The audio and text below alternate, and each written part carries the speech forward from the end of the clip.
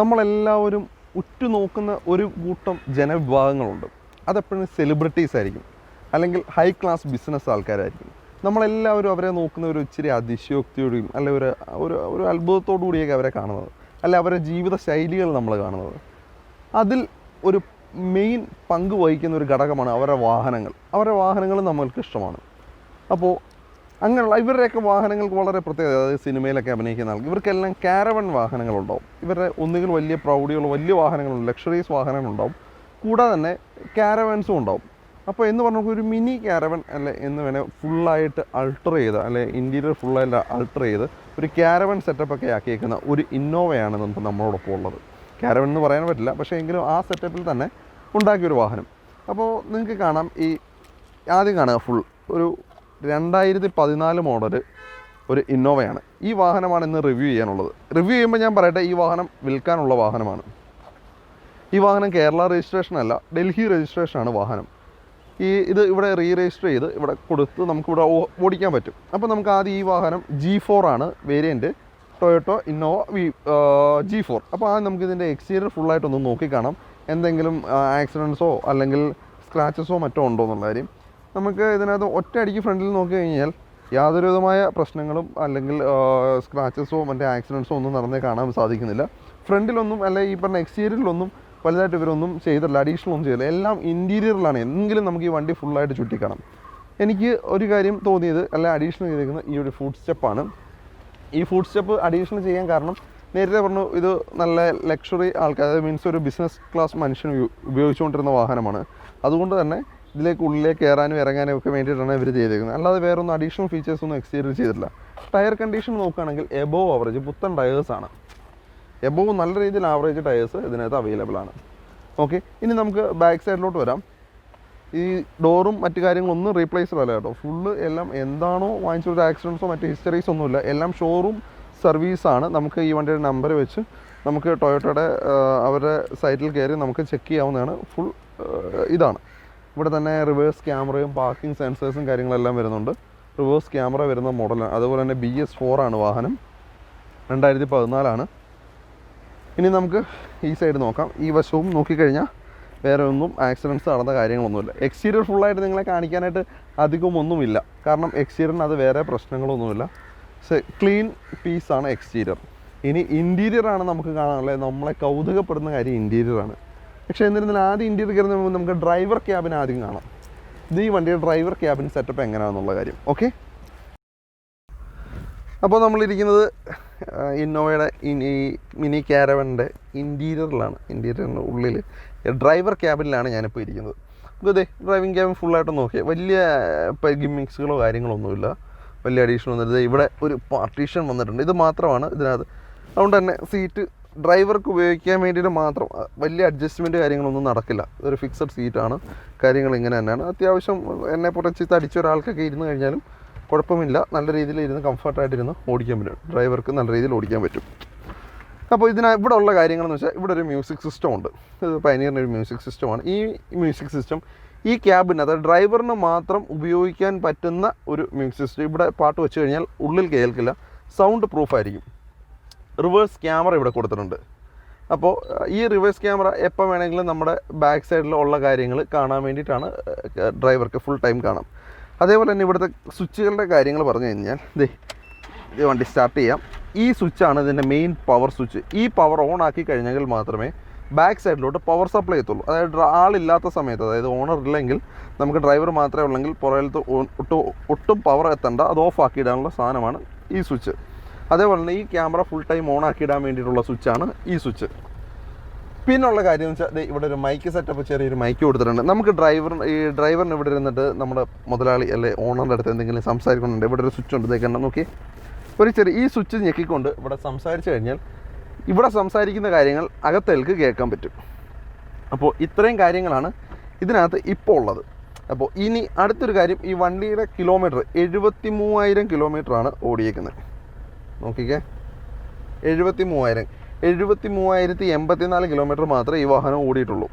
Okay, അപ്പോൾ ഈ ഒരു ക്യാബിലേക്ക് വേണ്ടി മാത്രം ഇവിടെ സെപ്പറേറ്റ് AC ഉണ്ട്. അത് ഈ AC ഇവിടത്തേക്ക് മാത്രമാണ്, അകത്ത് വേറെ AC ആണ്. ഫുള്ള് എൻ്റർലി വേറെ കാര്യങ്ങളാണ്. അപ്പോൾ ഇത്രയും കാര്യങ്ങളാണ് ഡ്രൈവർ ക്യാബിനുള്ളത്. ഇനി നമ്മൾ ഇത്രയും നേരം ആകാംക്ഷയോടെ കാത്തിരുന്ന ഇതിൻ്റെ ഉൾഭാഗത്ത് എന്തൊക്കെയുണ്ടെന്നുള്ളത് നോക്കാം. അപ്പം നമുക്ക് ഉള്ളിലേക്ക് കയറി നോക്കാം അല്ലേ, എന്തായിരിക്കും എന്നുള്ള കാര്യം. ഇതിവിടെ യെസ്, പാവ നല്ല രാജകീയമായി രാജാവിനെ പോലെ ഇരിക്കാം. കൊള്ളാം, കിടിലൻ സെറ്റപ്പ്, ഒറ്റയ്ക്കൊക്കെ അത്രയും സൂപ്പർ. ഇനി ഇതിൻ്റെ ഇവിടുത്തെ സിസ്റ്റങ്ങളൊക്കെ കാണിച്ചാൽ നമ്മുടെ ലക്ഷറി വാഹനങ്ങളിൽ ഇലക്ട്രിക്കലിയാണ് സീറ്റ്, ഡ്രൈവർ സീറ്റ് അഡ്ജസ്റ്റബിൾ ചെയ്യുന്നത്. അതുകൊണ്ട് തന്നെ നമ്മുടെ റോൾസ് റോയ്സ് അങ്ങനെയുള്ള വലിയ വലിയ എന്താ പറയുക മുതലാളിമാർ പുറയിരുന്ന് ഓടിക്കുന്ന വലിയ വാഹനങ്ങൾ, എസ് ക്ലാസ്, ബെൻസ് അങ്ങനെയുള്ള സാധനങ്ങളെല്ലാം ബാക്കിൽ സീറ്റുകളെല്ലാം അഡ്ജസ്റ്റ് ചെയ്യാൻ പറ്റും എന്ന് പറഞ്ഞുകൊണ്ട് തന്നെ. അതേപോലെ ഞാൻ പറഞ്ഞില്ല കേട്ടോ, ഈ വണ്ടി ഫുൾ ഡിസൈൻ ചെയ്തിരിക്കുന്നത് DC ആണ്, ദിലീപ് ചാബ്രിയാണ്. അപ്പോൾ പുള്ളിക്കാരൻ്റെ കാര്യം ഞാൻ എടുത്ത് പറയേണ്ടതില്ല, എല്ലാവർക്കും അറിയാം. അപ്പോൾ DC ആണ് ഈ വണ്ടി ഫുള്ളായിട്ട് ഡിസൈൻ ചെയ്തേക്കുന്നത്. അതിൻ്റെ ഫുൾ ബില്ലും കാര്യങ്ങളും എല്ലാം ഇവരുടെ കയ്യിലുണ്ട്. ഏകദേശം 9 ലക്ഷം രൂപ ചിലവാക്കിയാണ് ഇതിനകത്തുള്ള ഫുൾ സെറ്റിങ്സ് എല്ലാം മാറ്റിയിരിക്കുന്നത്. ഇതേ സീറ്റ് ഓരോ മോഡുകൾ, അതായത് സീറ്റ് മുമ്പോട്ടും പുറകോട്ടും ഒക്കെ ആക്കാൻ വേണ്ടിയിട്ടുള്ള അതേ സ്വിച്ചുകളിവിടെ ഓരോന്നുണ്ട്. അതെ, ഞാനൊരു സ്വിച്ച് ഞെക്കി ഒന്ന് സാമ്പിൾ കാണിച്ചു തരാം. അതെ, ഇത് ഞെക്കുമ്പോൾ എൻ്റെ കാലുകൾക്ക് തന്നെ ഇവിടെ ഫുഡിന് വേണ്ടിയിട്ടുള്ള അങ്ങനെ സെറ്റപ്പായി. ഇതേ ബാക്കിൽ ഞാൻ ഫുള്ള് പൊറോട്ട ആക്കുക കേട്ടോ. അപ്പോൾ ഫുള്ള് ഇത്രയും, അതായത് ഫുൾ സെറ്റപ്പ്. ഇതേ ഇങ്ങനെ കിടന്ന് ഈ സാധനം വണ്ടി ഓടിക്കാം. വണ്ടി ഓടുന്ന സമയത്ത് നമുക്ക് നല്ല രീതിയിൽ കിടന്ന് റെസ്റ്റ് ചെയ്യാം. ദേ ഇവിടെയും സ്വിച്ച് ഉണ്ട്. ദേ ഫുള്ളായിട്ട് താഴോട്ടും മുകളിലോട്ടും ഒക്കെ ആക്കി ഈ സൈഡുകളിലും സ്വിച്ച് ഉണ്ട്. ദേ നോക്കിക്കേ, അപ്പോൾ ആ സ്വിച്ച് ഇവിടെ ഉണ്ട്. അപ്പോൾ അതെ ഫുള്ള് കഴിഞ്ഞു. ഇനി ഞാൻ ഫുള്ള് നേരെയാക്കാം.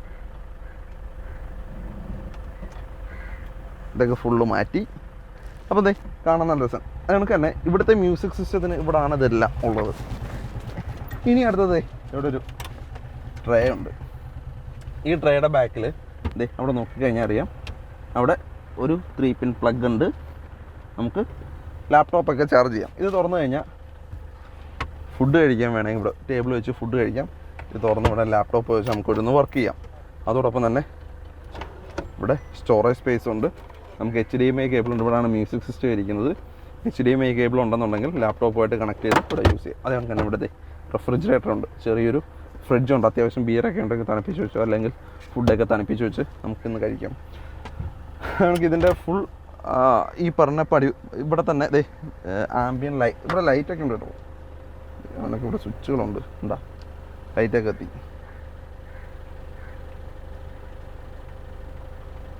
ഫുള്ളൊരു ആംബിയൻ ലൈറ്റൊക്കെ സെറ്റാക്കാം. നമുക്കിവിടെ വലിയൊരു TV കൊടുത്തിട്ടുണ്ട്. നമുക്ക് ഈ TVക്കകത്തിരുന്ന് കാഴ്ചകളൊക്കെ കാണാം. അതേപോലെ തന്നെ ഇപ്പോൾ ഫ്രണ്ടിൽ എന്താണ് നടക്കുന്നത്, ഇതേ ഡ്രൈവർ എന്താണ്, ആ ക്യാമറ വെച്ചിട്ട് തിരിഞ്ഞിരിക്കുകയാണെന്ന് തോന്നുന്നു. ഡ്രൈവർ എന്താണോ ഇപ്പോൾ ഫ്രണ്ടിൽ കാണുന്നത് ആ സാധനം ഇവിടെ ഒരു സ്വിച്ച് അമർത്തി കഴിഞ്ഞാൽ അതെ ഈ സ്വിച്ച് അമർത്തി കഴിഞ്ഞ് ആ വിഷൻ മാറും. ഉണ്ടോ? അപ്പോൾ അത് ഫ്രണ്ടിൽ എന്താണെന്നുള്ള കാര്യം. പിന്നെ ഇവിടെ കർട്ടനൊക്കെ ഇട്ടിട്ടുണ്ട്, ഗ്ലാസ്സിൽ കാണാൻ നല്ല ഭംഗിയുണ്ട്. അപ്പോൾ എന്താ പറയുക, ഒരു ബിസിനസ് ക്ലാസ്, ചെറിയൊരു ബിസിനസ് ക്ലാസ്സുകാരനൊക്കെ ഒരു ചെറിയൊരു ക്യാരവൻ സെറ്റപ്പൊക്കെ വേണം അല്ലേ. തന്നെ ഇങ്ങനെയൊക്കെ പോകുന്ന സമയത്ത് ബിസിനസ്. ഇവിടെ സെപ്പറേറ്റ് വേറെ AC കേട്ടോ. ഇവിടെയാണ് AC-യുടെ കൺട്രോൾസ്. ഇവിടെ AC വെൻറ്റുകൾ. ഇവിടെയും ഒരു AC വെൻറ്റ് ഫ്രണ്ടിൽ നിന്നും കൊടുത്തിട്ടുണ്ട്. അത് നമ്മുടെ പഴയ ഇന്നോവയ്ക്ക് നോർമൽ ഇവിടെ എല്ലാം ഉണ്ട്. നോർമൽ വരുന്ന AC വെൻസ് എന്തോ അതൊക്കെയാണ് കൊടുത്തേക്കുന്നത്. അപ്പോൾ നല്ല കൂളിങ് കാര്യങ്ങളെല്ലാം ഉണ്ട്. ഇത് ഇത്രയാണ് ഇതിൻ്റെ ഫുൾ. ഇനി ഈ വണ്ടി കേരളത്തിൽ എത്തി. ഇപ്പോൾ ഇവിടെ ഫോർട്ട് കൊച്ചിയിലാണ് ഈ വാഹനം ഉള്ളത്. ഈ വാഹനം നിങ്ങൾക്ക് വാങ്ങിക്കാൻ ആഗ്രഹം ഉണ്ടെങ്കിൽ ഇതിൻ്റെ വില അത്യാവശ്യം അട്രാക്റ്റീവ് പ്രൈസ് തന്നെയാണ്. 12 lakhs ആണ്. അതായത് ഈ വണ്ടിക്ക് ഏകദേശം 9 ലക്ഷം സംതിങ്ങോ 10 ലക്ഷം സംതിങ് എന്തോ അന്ന് വണ്ടി വില മാത്രം വരുന്നുണ്ട്. അതുകൂടാതെ തന്നെ 8-9 ലക്ഷം രൂപ ചിലവാക്കിയിട്ടാണ് ഇവർ ഈ സീറ്റിങ്ങും ഫുൾ ലെതർ സീറ്റുകളാണ് കേട്ടോ. നല്ല ഭംഗിയുള്ള ലെതർ സീറ്റ്. ഇവിടെ കപ്പ് ഹോൾഡറും മറ്റു കാര്യങ്ങളൊക്കെ ഉണ്ട് ഈ സൈഡിൽ. അപ്പോൾ അത് ഇവിടെ ഒരു വുഡൻ ഒരു പിയാനോ ഫിനിഷായിട്ടാണ് ഇതിൻ്റെ ഇവിടുത്തെ ഇതൊക്കെ കൊടുത്തേക്കുന്നത്. അതൊക്കെ കാണാൻ നല്ല ഭംഗിയാണ്. നല്ല രീതിയിൽ തന്നെ പണിയെടുത്തിട്ടുണ്ട്. അപ്പോൾ ഇനി ഞാൻ വില ഭാഗമാണ് പറയാൻ പോകുന്നത്. വില ഭാഗം ഈ വണ്ടിക്ക് 12 ലക്ഷം രൂപയാണ് ഇവിടെ ഇവർ ചോദിക്കുന്ന വില. നെഗോഷ്യബിളാണ്. നമ്മുടെ ഈ വീഡിയോ കണ്ടിട്ടാണ് നിങ്ങളൊന്ന് വിളിക്കുന്നതെന്ന് പറഞ്ഞാൽ തീർച്ചയായിട്ടും നല്ലൊരു എമൗണ്ട് ഡിസ്കൗണ്ട് നിങ്ങൾക്ക് കിട്ടും, 100% ഉറപ്പ്. അപ്പോൾ ഈ വാഹനം ഇത് ഇത്രയാണ് ഇതിൻ്റെ വില ഭാഗം. 12 ലക്ഷം രൂപയ്ക്ക് അവർ NOC സഹിതമായിരിക്കും തരുന്നത്.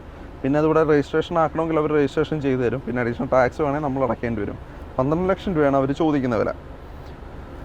അപ്പോൾ ഇതിൻ്റെ വാങ്ങേണ്ട ആൾ നിങ്ങൾ ആരെ വിളിച്ചു കഴിഞ്ഞാൽ ഈ വാഹനം നിങ്ങൾക്ക് വാങ്ങിക്കാം എന്നുള്ളൊരു ഡിസ്ക്രിപ്ഷനിൽ നമ്പർ കൊടുത്തിട്ടുണ്ട്. ആ നമ്പർ എടുത്ത് വെച്ച് നിങ്ങൾക്ക് വിളിക്കാം. അവരെ വിളിച്ചു കഴിഞ്ഞാൽ ഇതിൻ്റെ വിലയും മറ്റു കാര്യങ്ങളെല്ലാം പറഞ്ഞു തരും. ഓക്കെ, അപ്പോൾ ഇത്രയും കാര്യങ്ങളാണ് ഈ വാഹനത്തിൻ്റെ വിശേഷങ്ങൾ. അപ്പോൾ ഇനി എന്നും സ്ഥിരം പറയുന്ന കാര്യം, ഈ വീഡിയോ നിങ്ങൾ ഫേസ്ബുക്കിലാണ് കാണുന്നതെങ്കിൽ തീർച്ചയായും ലൈക്ക് ചെയ്യുക, ഷെയർ ചെയ്യുക, മറ്റുള്ളവരിലേക്ക് എത്തിക്കുക. അതോടൊപ്പം തന്നെ നമ്മുടെ പേജ് ഫോളോ ചെയ്യുക. ഇനിയും ഇതേപോലുള്ള വാഹനങ്ങളും പുതിയ പുതിയ വീടുകളും ഫ്ലാറ്റുകളും വില്ലകളും ഒക്കെ ആയിട്ട് ഞങ്ങൾ വീണ്ടും നിങ്ങളുടെ മുമ്പിലേക്ക് വരുന്നതാണ്. യൂട്യൂബിലാണ് നിങ്ങൾ ഈ വീഡിയോ കാണുന്നതെങ്കിൽ സബ്സ്ക്രൈബ് ചെയ്യാൻ മറക്കരുത്. തൊട്ടടുത്തുള്ള ബെൽ ബട്ടൺ അമർത്തി കഴിഞ്ഞാൽ പുതിയ ഞങ്ങളുടെ വീഡിയോസ് നിങ്ങൾക്ക് നോട്ടിഫിക്കേഷനായിട്ട് എത്രയും പെട്ടെന്ന് എത്തിച്ചേരും. അപ്പോൾ മാക്സിമം ഞങ്ങളെ സപ്പോർട്ട് ചെയ്യുക. അപ്പോൾ ഞങ്ങളാൽ കഴിയുന്ന രീതിയിൽ മാക്സിമം ഇനിയും നല്ല വാഹനങ്ങളും ഇനിയും നല്ല വീടുകളും ഒക്കെ ആയിട്ട് ഞങ്ങൾ നിങ്ങളുടെ മുമ്പിൽ എത്തുന്നതായിരിക്കും. അപ്പോൾ ഈ വീഡിയോ കണ്ടുകൊണ്ടിരുന്ന എല്ലാവർക്കും നന്ദി, നമസ്കാരം.